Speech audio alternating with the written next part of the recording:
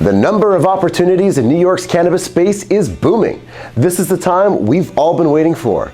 All the work we've done with licensing has been paying off, and owner and operators are already seeing remarkable profits. Month-over-month sales are rising, and many licensed dispensary operators are already generating millions in annual revenue. Will the trend continue? And how long? For now, the industry has shown no signs of slowing. Hi, I'm Dr. Lucas McCann. I'm the CSO of CannDelta, America's #1 cannabis licensing firm.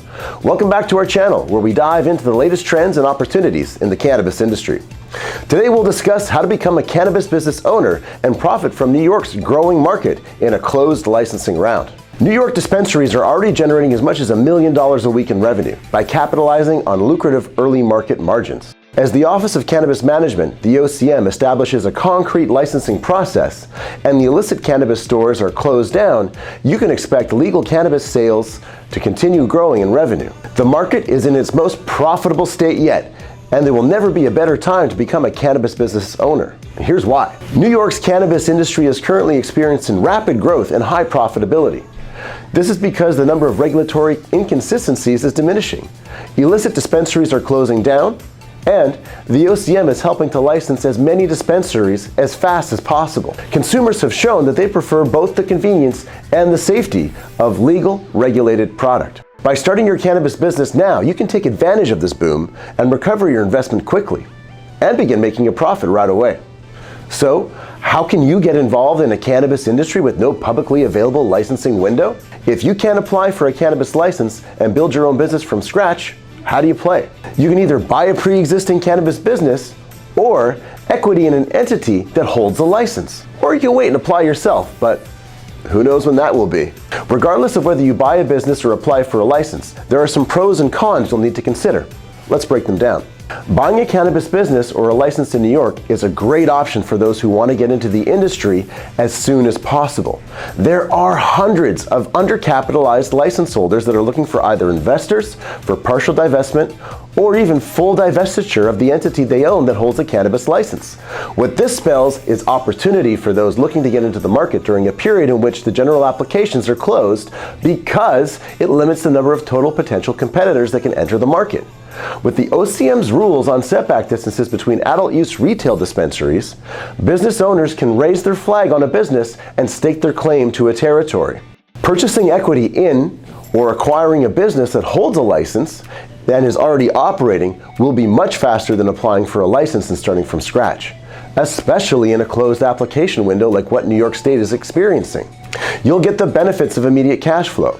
The OCM has not even begun starting to review the December 2023 licensing queue from the general application round for provisional licenses. And it's unlikely licensing will open up again until that entire list is evaluated, reviewed, and licensed. Diversifying your business is protecting your cash flow because broadening your business portfolio secures your financial stability by generating additional revenue streams. This is particularly true if you're looking to work in an industry that can serve other industries with existing infrastructure outside of cannabis. These industries can include agriculture, logistics like transportation and warehousing, destruction, and analytical testing. Operating a business that allows for diversification will allow you to stabilize your cash flow regardless of the condition of the market.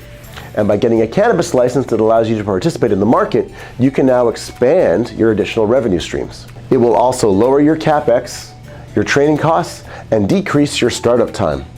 You'll be generating revenue almost right away instead of having to wait for your license and build out your store, facility, or warehouse. So, what kind of license should I buy?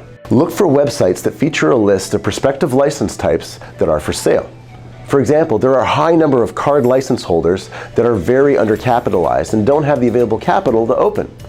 This is largely due to the poor rollout of the fund and DASNY's failure to secure enough property for prospective retail operators from this program. This arrangement we've seen works out well for both parties involved. The license holder gets an injection of capital and help operationalizing their business, and you get into the market right away.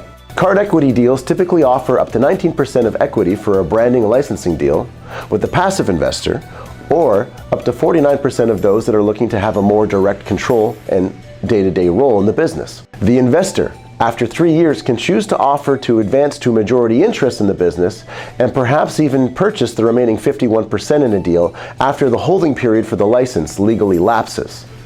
Similar licensing deal structures also exist for C, social equity eligibility license holders. If you decide to purchase equity in a card or a provisional C license without proximity protection, you are effectively skipping the application process by submitting an updated organizational structure with additional true parties of interest, yourself. Neither provisional C or card licenses are tied to a location, so licenses can effectively be taken anywhere in the state. Typical deal structures for these licenses can include a large cash deposit held in escrow until closing, followed by a salary paid to the justice involved or the individual that's tied for the license that qualifies for the C. After a period of 4 years, this requirement then lapses. Card licenses can sell from anywhere between $500,000 to $2 million, depending on where the license holder is at.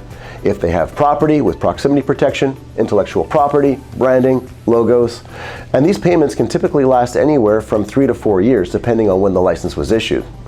The downside is you'll need to hire lawyers to help negotiate the exact terms of the transaction and to amend the corporate structure. Once prepared, CannDelta can assist with submitting the change of structure to the OCM for approval by the Cannabis Control Board.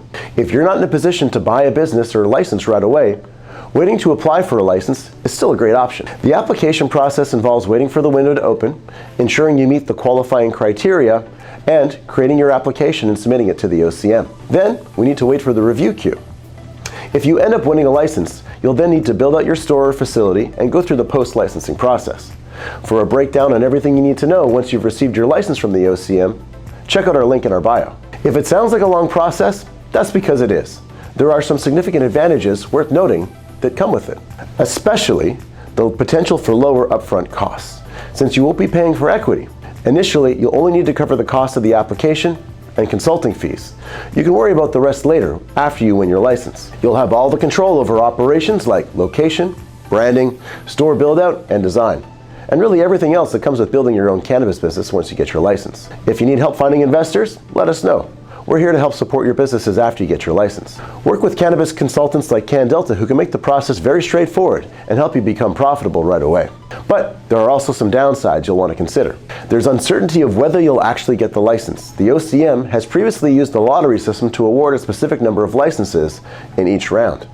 So you may have to wait for the next round if you're not selected. So, what should you do? If you have the upfront capital, buying a business or a license will give you the fastest ROI. CannDelta has numerous clients that are looking to either buy or sell a license. If you're looking for an introduction to someone, reach out today for support in finding the perfect deal and let CannDelta make the introduction you need. We are aware of potential transactions across New York, New Jersey, and the rest of the US. If you decide to start your business from scratch, our team of licensing experts can guide you through the application process and provide post-licensing support, whether that's New York, across the bridge in New Jersey, or anywhere else in the world. Thanks for watching. Don't forget to like and subscribe and check out our latest Cannabis in Context podcast. And be sure to check out our website for more info about New York's cannabis industry.